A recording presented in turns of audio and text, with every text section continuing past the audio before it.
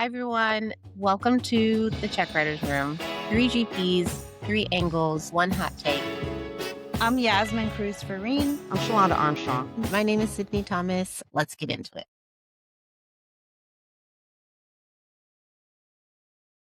We are so excited to welcome a guest here this time as well, which we will get into soon. But before we dig into all of it, let's back up a bit. We're switching it up this time because we want to kick it off with a story that we're watching so that we can share most of the episode digging into the amazing thesis and work of Dr. Miller from NYU. She's a real doctor, y'all, not a fake one. I'm so excited to share more about what she's building and what she's learning with us so that we can be smarter. As someone who relies a lot on Claude/Claudette/Claudia, I'm really excited to take some lessons from her around how we can keep Claudia in her lane and keep the humans in charge. So before we get into that, though, let's kick it off with an overview of what we're reading. I am an elderly millennial, and so when I saw this article, I was incredibly sad. I still remember Everlane being gifted Everlane in 2017, and it was the coolest brand. I thought that the sustainability of it, the modernity of it, the like boxy look of it was so hip that it broke my soul a little bit when I saw that they were bought by Shein, a Chinese company that is known for none of those things. I think the crux of this that broke my soul is that Everlane, which has built such a brand committed to sustainability, was bought at a pretty low price. It was sold for, I think, about $100 million to Shein, the $1 billion bear in the room. I think, honestly, my honest take on it is that Shein was looking to buy the goodwill that Everlane had built for their consumers and put a price on it. And apparently $100 million is that price. I was hoping it'd be higher. And I was hoping that they actually had some underlying assets to support some of the acquisition outside of just this price of being a good, thoughtful, clean company. Yeah, so first I have to chime in. Sydney, if you're an elder millennial, then I am even older millennial. And that I think the other Fair. part is, and the audience may kill me for this, but I didn't know who Everlane was. So I had to do some Google. And then as I learned more about kind of what their brand was, what they stood for, I'm with you, Sydney. Like 100 million was it? That's as much as their goodwill cost. I know Shein has run into a number of PR issues, and they are trying to find their footing in this fast fashion space. And we know that fast fashion also has caused a bit of harm to the environment. And so I know there's been a lot of backlash around that, but I think that that price tag is extremely low for what Everlane stands for. And but then it also, and we've talked about this in previous episodes, there's an interesting multiple happening within that CPG space. And it's not as high as we anticipated. And we're seeing these acquisitions come in for lower valuations than we anticipated. Yeah, I think part of what happened here is Everlane was going to run out of money and they were hitting their cash cliff and they were on a fire sale. Unfortunately, I think that the founder probably definitely deserves more than what they're receiving. I'm also interested in how, like, what kind of synergies and integrations are going to have. They have two almost completely different business models. Part of it is that Everlane, and I do think Everlane was in a little bit of an SF bubble, Sydney. Yeah, yes, let's dig Yeah, into that I, actually. yeah, I think it was because I am an elder millennial too. However, I have seen it in the VC ether, SF ether, and one of the things that we should talk about is that transparency. Are we going to see that in Shein? Are they going to say that, the margin is X and you're paying Y, which is part of one of the Everlane practices? So what are the synergies even going to look like? Okay, that's a great point. Also, I would love to drill down into the SF piece because it brings me also to our friends at Allbirds who just had a catastrophic selling price. I forget the fundamentals of that deal, but essentially it sounded like they broke off the actual physical shoes business and sold that, and then I think it was only for $35 million after, and broke off the other part of the company and created an AI company out of it. It was honestly wild for many reasons, but Allbirds is also to me a San Francisco brand. And so the through line that I want to pull here is it actually that what we're seeing is San Francisco get like San Francisco wanted to be the tastemakers of culture, and are we seeing that they've failed? Ooh, that's a whole nother hot take. I think there's a reality there that we just have to come to terms with, and that is um, San Francisco is not a tastemaker when it comes to fashion. Tech, absolutely. Fashion, no one's looking at San Francisco proper, I'll say, to get their new fashion ideas. It rests now. If we want to bring LA into the mix, that's a different conversation.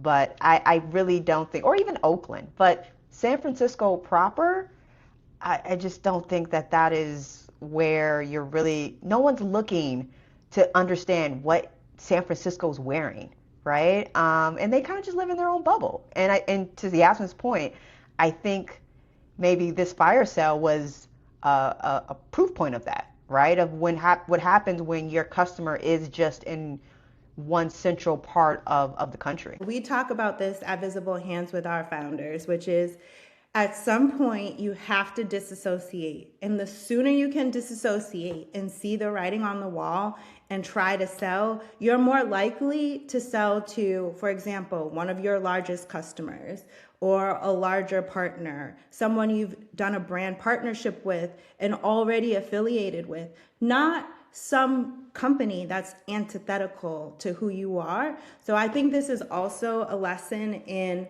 maybe if this were a sale that began with bankers in January, the buyer would look very different. But it sounds like, this was a cash cliff decision, and we're seeing how that translated across the transaction. This is exactly what it is, right? And so Everlane was this brand that was very intentional about what it was building. How is this actually going to propel Shein in any way, and how they're perceived in the marketplace as well?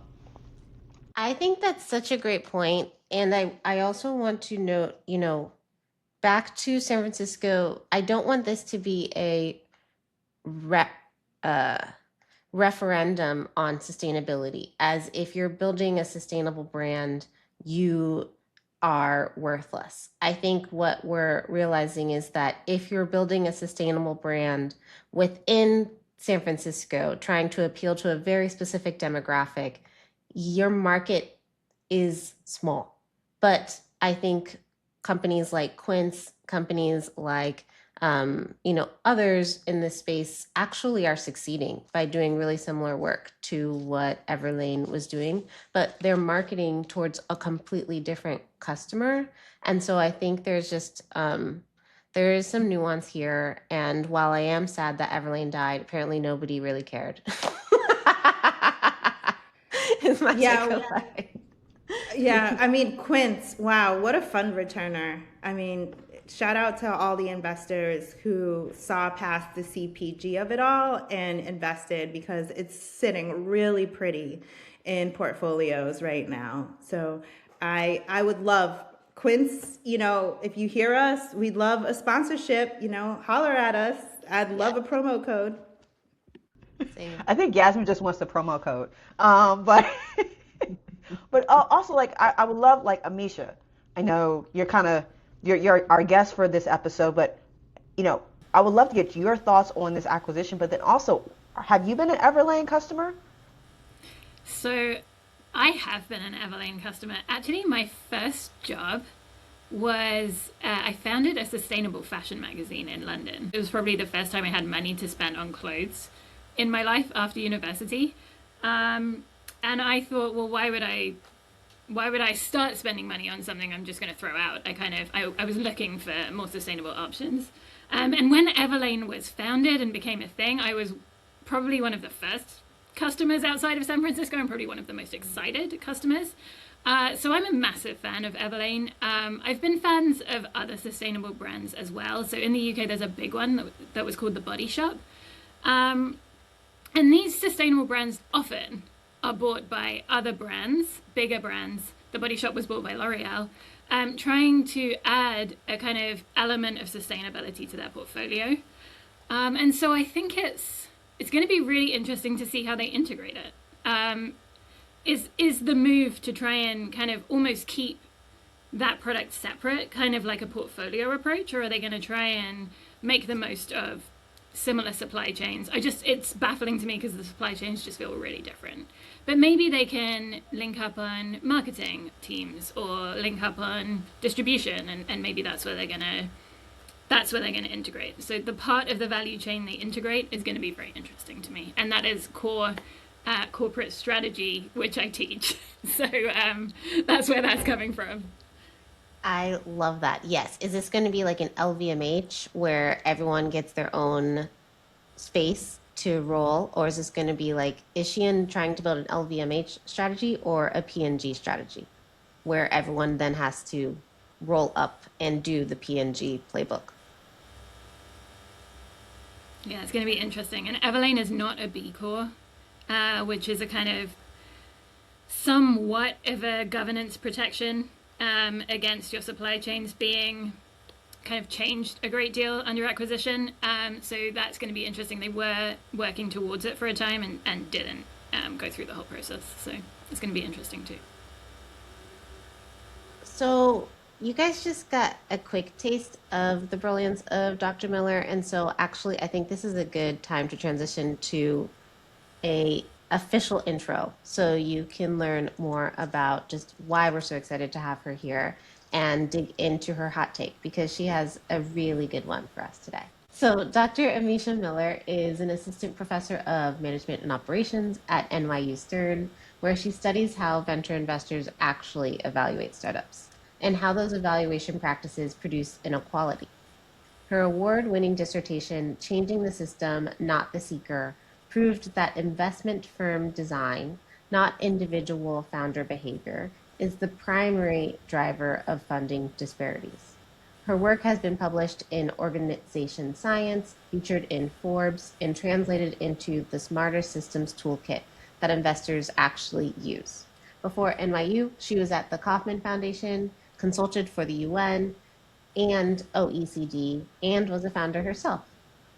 She's not here to dumb it down or to dilute the message, and this is exactly why we're so excited to have you here. Dr. Miller, welcome to the Check Writers Room.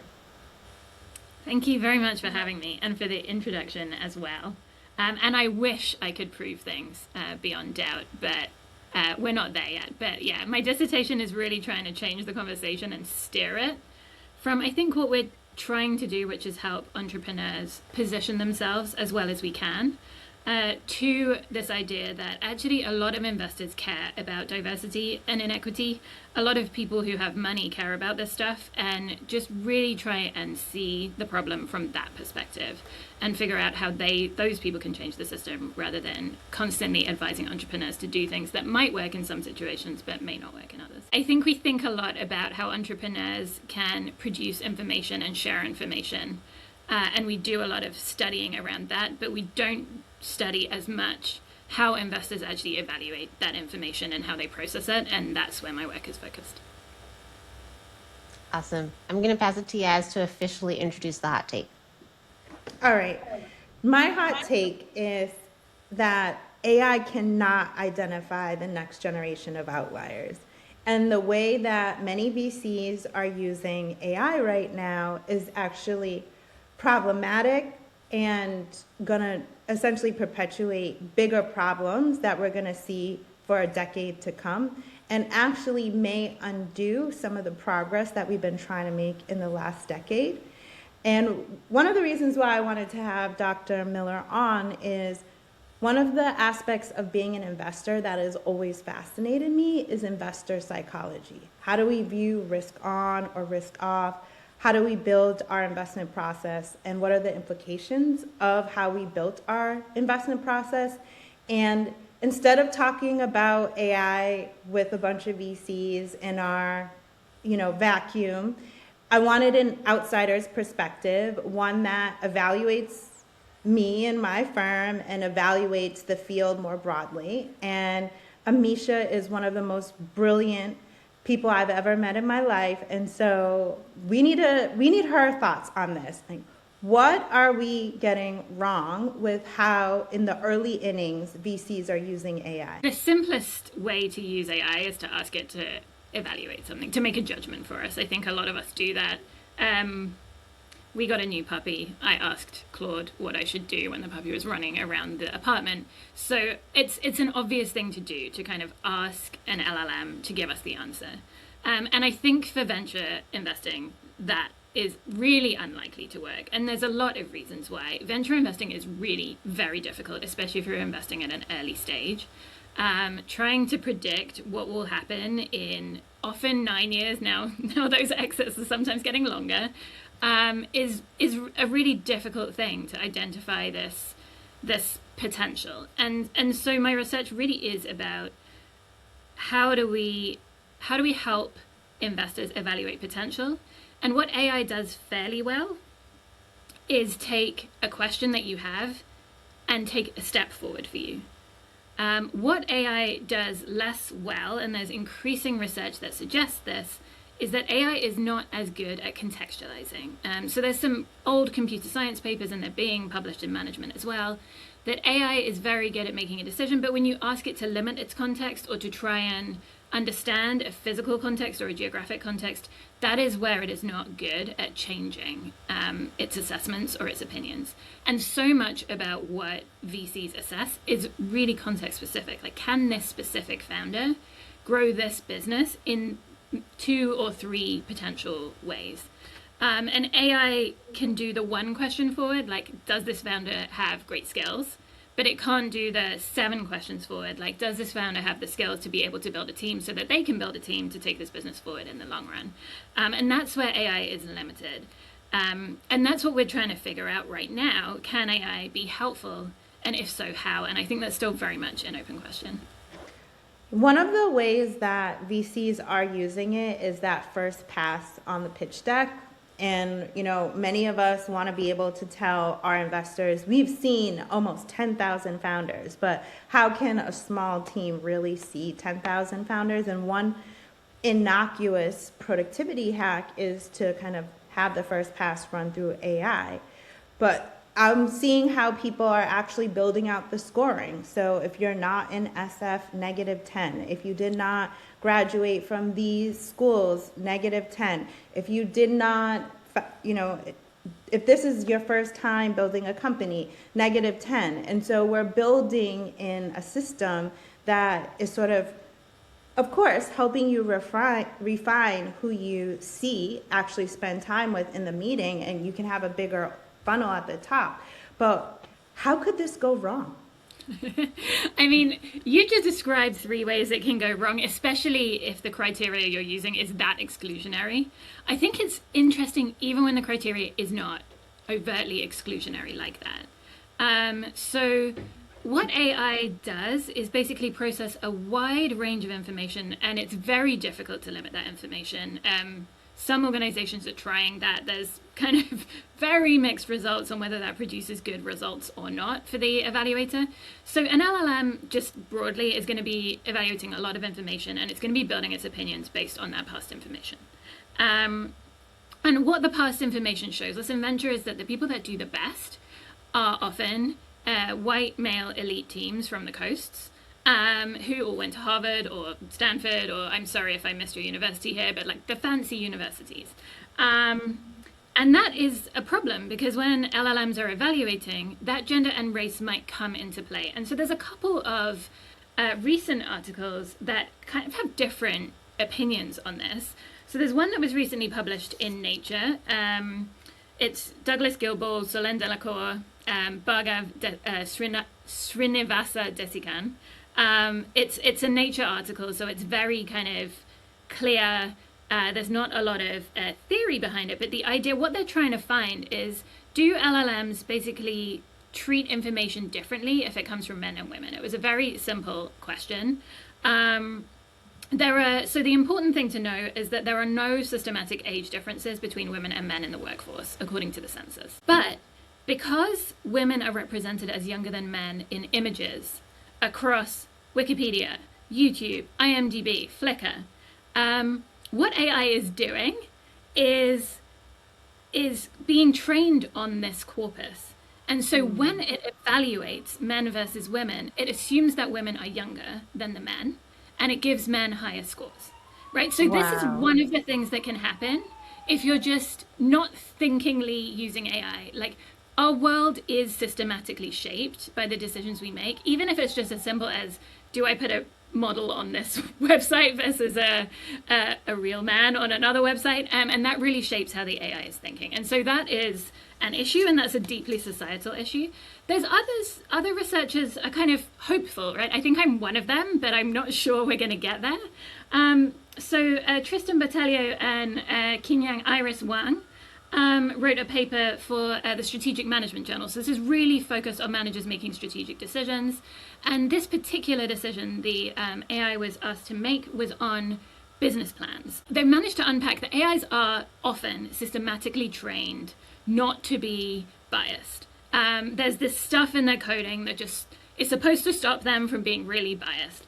And so this is potentially a hope that in the earlier stages of a business plan competition, what might happen is that we begin to see more women and more ethnic minorities they looked at getting through this US business plan competition if we're using AI rather than humans. And basically what they found is that it's somewhat positive. So they had 26,000 evaluations, and they found that the GPT did not systematically assign lower scores to underrepresented minorities. But it also did not assign them the scores that would have helped them win. So we're kind of like raising the bottom slightly, but we're not actually improving where we need to be at the top. This paper's interesting. They really tried to figure out what was going on underneath the LLM, which is something that's very difficult. Most of the time it's a black box for us. What they tried to do was make GPT evaluate pictures that simulated human bias, which is really funny. So there's a comment that suggests that an underrepresented minority founder may not fit into the traditional business ecosystem very well, or they cannot effectively communicate their business idea. And so they kind of seeded this in the evaluations to see if the LLM would pick it up as, well, this feels like bias. And the LLM did not pick it up, and some more often than not agreed. Like, we understand that the founder doesn't communicate very well, but maybe you should look at their market. And that's a problem, right? AI is sycophantic, like it will tell you what you want to hear. And so if you're even using it with a human, it will kind of appreciate the human bias and just try and like redirect rather than actually do anything about it. So I think there's more research on, there's a little bit of hope in this article that LLMs are not intrinsically biased in the same way that humans might be. Not all humans, but some humans might be. So it might be a little bit of a catch, but what it's not doing a great job of is interacting with a biased human in a way that the biased human might realize what is going on. And that is problematic. I think the next steps are really trying to understand the information that LLMs can use and trying to figure out what how can investors feed it information that's enough for it to make a good decision, um, and then integrate it in a way where it's not gonna sycophantically kind of reproduce the biases that humans are putting into it. And I think it's a big question. It's an open question, and it's exciting. It's one that I'm looking forward to exploring. So this is fascinating to me because what I'm hearing is almost if you're not very intentional around how you're using your AI tools, you are just perpetuating the systematic barriers that are already put in place. You're actually not removing anything. And even just to the example around the photos, I was immediately thinking around, and Yasmin and Sydney, I'm not sure if you guys have heard this, but in corporate America, there's always been uh, this idea with women in the workplace that the ideal age for a woman in corporate is actually 35. Not too Very, old the and fact that not too there's even young. an ideal age is insane. Right, but it's always been, women have always tried to gear up. You always want to look as if you are 35.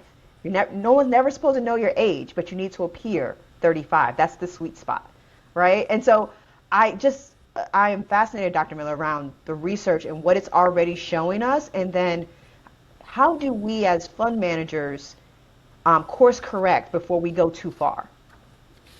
Yeah, so I mean, this is a really tough one because what we're trying to course correct is kind of hundreds of years of built up biases, and not just hundreds of years societally, but I mean, all of you, all as investors, are likely to have seen startups before that succeeded, and some of those might have looked a specific way and not another way. So one of my dissertation research actually, and one of the things I'm working on right now, and I'm thinking about a lot, is how when we evaluate potential, it's difficult to do the projection. So I can look at someone's team now, and I don't know how good they'll be in the future, and that projection is something that is just difficult for a human to do without relying on their past experiences. And in this study, I look at an organization that's evaluating female founders, and it's also evaluating founders from a wide range of different geographies. And basically what I'm finding is that when you have a large representation of either female founders or founders from a certain geography in your portfolio, you are likely to make decisions across the board. Like say the three of you all made a decision on this startup, that decision would have a much tighter range. And weirdly, that works for gender, and it also works for region. But if you're evaluating a founder and it's difficult to compare them to something, that is when it becomes much more varied in how investors evaluate them. You get a much wider range, and you also get often a much lower score for that founder that's underrepresented in your portfolio. And so this is just what happens, even if we're trying to be fair, even if we're trying to score across the board. This is an organization that did not want to be biased. It's just easier to make assumptions, to make that projection forward for founders that are similar to those you have seen before. And this has all kinds of implications for, well, are we going to continue to just invest in the same things? And LLMs are likely to do exactly the same thing as humans in this case. And so that's why AI is a bit of a problem. And so there is a little bit of kind of upsides, again, in my dissertation, and there's a World Bank study working paper out there, which people can use. There are a couple of things that worked. So one is really naming what it is that you're trying to evaluate. So I work a little bit with Yaz, and something Visible Hands does extremely well is really name what the thing is that they're trying to evaluate and then score it. So recently we talked about hustle, and it's something that was talked about a lot in the meetings but not necessarily scored. And now Visible Hands scores hustle every time they see a founder. And that's something that isn't said but is important to show this projection. So that's one of the things, just really name what you can do. Another thing I would say that's important is when you're assessing these underrepresented founders, these ones that you see less likely, and so that can be a woman, it can be someone from a geography you don't usually invest in, but it might also be in your fund, like a new set of ideas that you haven't invested in before. What I would suggest there is get more people in the room and understand that there will be a wide range of scores. And so how you deal with that is your choice. We're going to have much lower scores because people don't know what this is, but we might have someone with a higher score. And at that point, I think it's important for anyone who's interested in investing in something they haven't seen before to really investigate, why is that score higher? How can we unpack the assumptions that are going into this investor, who's presumably smart because we have them in the room, giving them a high score when all of the rest of us did not know what this was?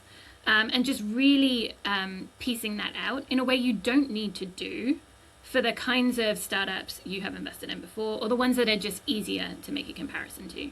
And so those are a couple of things I would suggest. Another big one is I ran a field experiment. This is the World Bank paper with an organization that was evaluating potential. And what we did, instead of structuring criteria around static things like the team or the product or the market right now, we structured criteria around how we asked investors to project. So we asked them to project both risk and growth for all startups. And that made a big difference in how they evaluated men versus women, and it actually removed all the gender disparities that we saw. And then we also asked investors to assess startups over the time they had known the startup. So all of these investors had met the startup 3 months prior. That was just the way we just were able to hold that constant in this field site. And so when we asked them to evaluate how they had improved, that fundamentally changed how the investors evaluated their product potential, their market potential, and their team potential. And so I just think I'm calling this structuring evaluation of potential.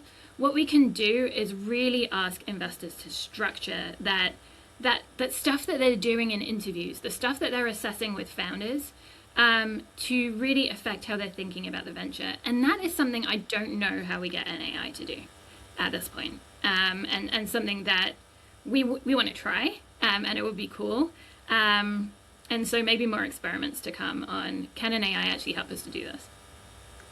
I love this. And what I'm trying to figure out is like, how do we draw parallels to other industries for folks who maybe are less steeped into the founder investor workflow? And one that I keep coming back to is in HR, like applicant tracking systems, because I think we see a lot of the same issues there. I remember, like, it feels like AI is it's the next version of what used to be big data, and before that, which was maybe it was big data, then machine learning. Now it's AI. And I remember like 5 to 10 years ago when machine learning got really big, how much folks were worried that that could negatively impact who folks were hiring to fill out their team, because a resume that read a certain way, and I think the data still exists where if it's a name that is traditionally considered Black, it's less likely to be picked up than a name that folks would generally consider white. And so I think there still is some of this bias in the system, both that is manufactured by the human, and then remanufactured by the machine. And so I don't want to. I think we're in the same. We're still struggling through some of the same issues that we've been struggling through, it seems like, for ages. I was going to say also, it sounds like you are still going to miss what is critical for our work, right? And that is to be contrarian and right. And so when I think about the big deals, right? AI would have definitely glossed over Brian Chesky in Airbnb, right? Because he didn't fit any of the profile, right? Or the pattern matching. If his deck was just going through an AI tool. So, I would love to just get your perspective, Dr. Miller, on, is there a space where you can still find contrarian and right and use AI for that? And how do you structure that when the AI and the LLM is only being trained off of historical data? So that's a really tough question, and I think most many researchers and management would predict that we cannot get AI to do that. AI is excellent at learning from large corpuses of text. It's excellent at learning from the past. Whether it can find something new, I think, is a big question. So the only counter argument to that would be this idea that we can use, I think it was prediction algorithms, to find new combinations of genes that together we can kind of identify new kinds of diseases, we can do new things. Now that is possible because there's a finite number of possibilities, and we're able to mathematically see what they are. And then there is like a right answer at the end. Like we can see if something succeeds or fails in disease. Trying to do that for business is difficult. Maybe the first place we could try and do something like that, look at the kind of ingredients and recombinations and then look at the outcomes, might be something like crowdfunding, because there you get money or you don't. Like it's very clear, and then the LLM can learn from that. With investment, it's difficult because sometimes you just don't know if something failed because it was a product or a market or a team issue or all three, a financing issue. Like it's just never really clear why what happened. And also it's sometimes not even clear whether a company succeeded or failed. Because for some companies, an exit is great, and for some companies, you want them to grow internally. And so it's difficult to know. It's difficult to even know what the outcome is sometimes. Maybe it's IPO, but maybe that's not what we should be using as the outcome. So I would say it's going to be difficult for us to use AI to find contrarian thinking. I think AI is very good at suggesting what people have succeeded with before. And so this recombination is going to be interesting to see if we can do that. And then I think the other question that Sydney was talking about is, does this relate to other fields? And I mean, hiring is the obvious field that this relates to. I think any organization that's trying to evaluate the potential of people and their ideas, this is going to be relevant to. So if you're hiring someone for a job very similar to a job they've done before, maybe they were let go from an organization and then they're going to slot right in, I think maybe this is not so relevant. We should be able to tell from their past skills whether they can do the job. But if we're trying to hire someone to do a job they have not done before, and that might be very true in the world of AI, where jobs might be changing, this is where evaluating their potential and having structured ways of doing that is going to be increasingly important. And it's something we haven't solved for over the, hundreds of years we've been evaluating humans to do jobs. So it's gonna be a big question for us. And similarly, can AI do contrarian thinking in that environment? We don't know. And there isn't a lot of evidence so far that suggests that it can. So far, our hot take is holding fast, which is that AI cannot predict who the outliers are. And I want to remind folks, AI is not optional at this point. Everyone's going to use AI. I think the conversation just needs to be, zooming out. How well are we using AI, and for what elements of our investment process, and where do we still need kind of judgment? And also to just remind ourselves that, if we all want to fight over the same deals, we should just all put all the pitch decks through AI and then kind of look for what's pretty obvious. But that's actually not what a VC's job is. And it's to find, founders who are not obvious. We all ask founders, what's the non-obvious insight? And maybe the question comes back at us VCs, like, who's the non-obvious founder that you should maybe invest in? So the other thing that I love to talk to you about and just want your take on is the name of your dissertation. It speaks to the structural aspects of VC. And I will say this is the aspect of the work that I really struggle with a ton, which is, a lot of venture is not going to change based on the ambitions of one person, even in a decade of work. Right now, the gender parity statistics say that at the pace we're moving, it's going to take until 2065 for there to be gender parity. And by then, as everyone knows who listens to this podcast, I will be giving tours at the museum and I will not be in Venture. So I will not be here to see that day. So how do we think through the systemic aspects of this? Yep, so my dissertation is called Changing the System, Not the Seeker. And the reason for that is because a lot of research has focused on how can resource seekers, like what can resource seekers do to get more money? And I really wanted to shift to focus on what can we do systemically to change who is even being let into the room to pitch for more money. And so 2 or 3 things an early stage investor can do starting tomorrow, I think, or like things that we can do to be hopeful about. I think one is that there are some interventions that really have helped. When you can structure how investors think about potential and how they evaluate potential, that can help with human evaluation. And I think there's a real question about can we get AI to do that too? There is a Smarter Systems Toolkit, which I know all of you are planning to share. That was done in collaboration with Village Capital, which is an organization that invests in founders globally, and also the International Finance Corporation or Commission. It's part of the World Bank. I always get their C wrong, and they gave me money, so I should really not do that.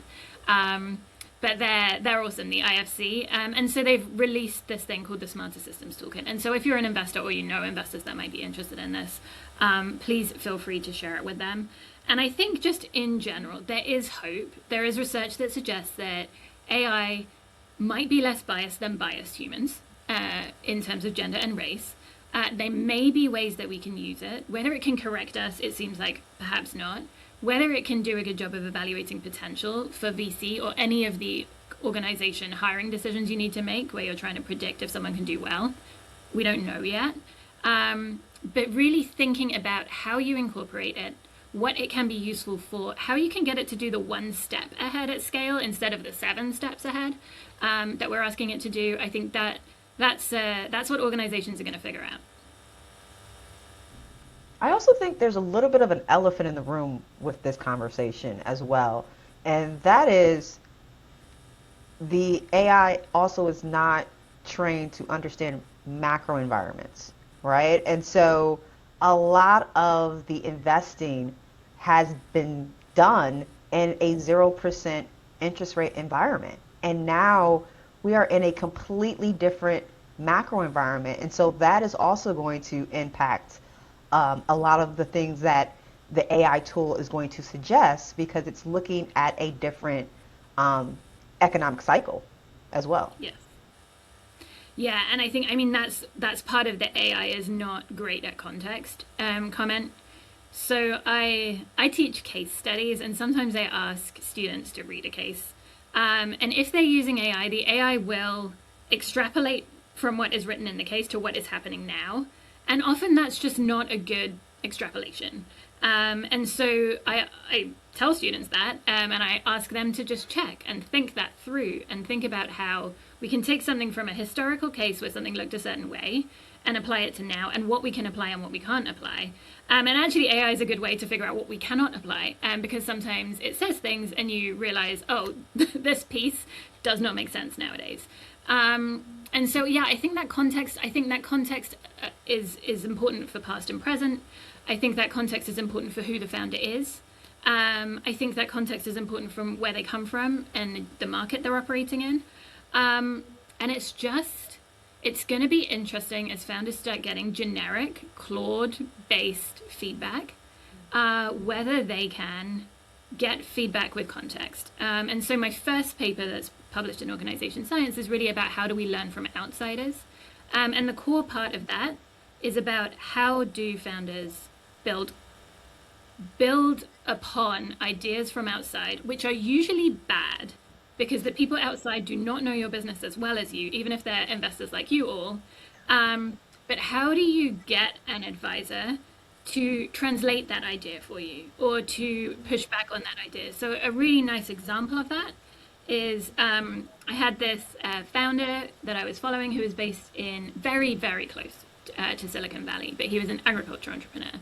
And he was really looking to hire someone to help with finances. And so they were really looking for a VP of finance. And the pushback from the mentors, the investors that he was interacting with, the early stage customers, was that we would just feel a lot better about this if you had a CFO. And we'd be more likely to invest in your company if you had a CFO. And he said, do you know how much those people cost in the area I work in? Because what we're going to be fighting with are these like tech-based CFOs. They're charging a huge amount of money. And as an agriculture business, we really cannot afford that right now. And that's why we're going for a VP of finance, which is just a different category of people who are not so embedded in the tech scene. So they're still good finance professionals. They're just not trying to be in the next I don't know, at the time it wasn't eBay, but like it was quite a long time ago. So let's just think of a really old tech company. And so just pushing back like that, working through that with someone, they really realized that, okay, so maybe what we actually want is, if you can't get a COO or a CFO and be fighting this fight with the businesses in your area, maybe what you're trying to do is get a VP of finance and a VP of HR. And those two things together will make us feel better about investing in you. And so it's that bit of context that is going to be very difficult to get from AI rather than a person. And it requires work to get that context. And that is what we're going to have to do with each other, with AI, and maybe even a combination of the two. This conversation has made me incredibly hopeful for how we can leverage AI in our work, because I've always found myself to be much better at the human work and actually much more poor on the more robotic work. And I can't say that is true for the industry at large. I think there's a number of our counterparts who we've mentioned in prior podcasts with peanut shaped heads, who are much more interested in doing the robot work. Like that's actually, they are kind of actually a robot. They might be less evolved on the human side. And so I think that actually allows for a huge clearing for us who care about the human work, who love digging into context, who are very fascinated by history and want to be in that, spend more time in that gray. So I just wanted to share that this has actually made me really excited. Let's hope. Let's hope that we maintain our human advantage in that.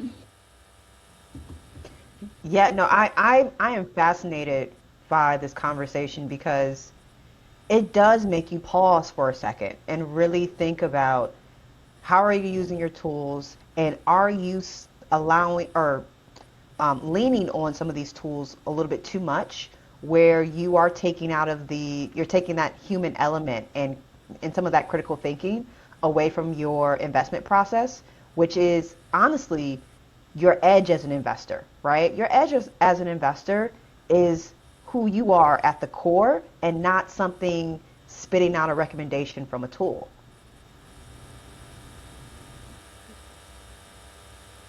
Yeah. I love it. Well, I would love to transition to what's giving us joy in the moment. I think there's a lot going on in the world, but we always like to close with just a single piece of joy that we're experiencing. And so, who wants to kick it off this time? I'll kick it off. This is a little bit different than, and Yasmin's not going to like this, but what's giving me joy right now is I'm actually excited for the New York Knicks. I am excited that they are actually in the Eastern Conference Finals. I actually want them to make it to the finals, and I want them to win a championship finally. So I love that the hope is there. Yasmin is losing her mind over there. But I really do, I am not a Knicks fan, but it is just nice to see when New Yorkers are excited about the Knicks.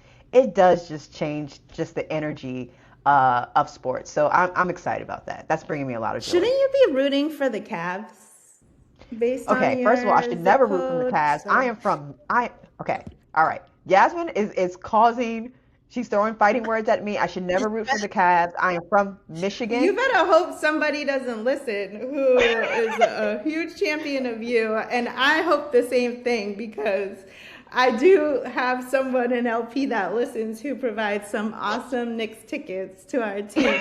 But I will say that I am a Celtics fan and can never root for the Knicks. And therefore, I am rooting for Gilbert family and the Cavs.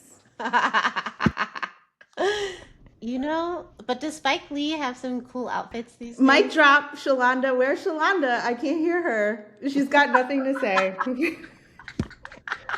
Um, I Gotcha. listen. I'm going to say this. I am a Michigander, and for me as a Michigander, it is against my nature to root for anything in the state of Ohio. And for those who know the history, Michigan and Ohio do not like each other.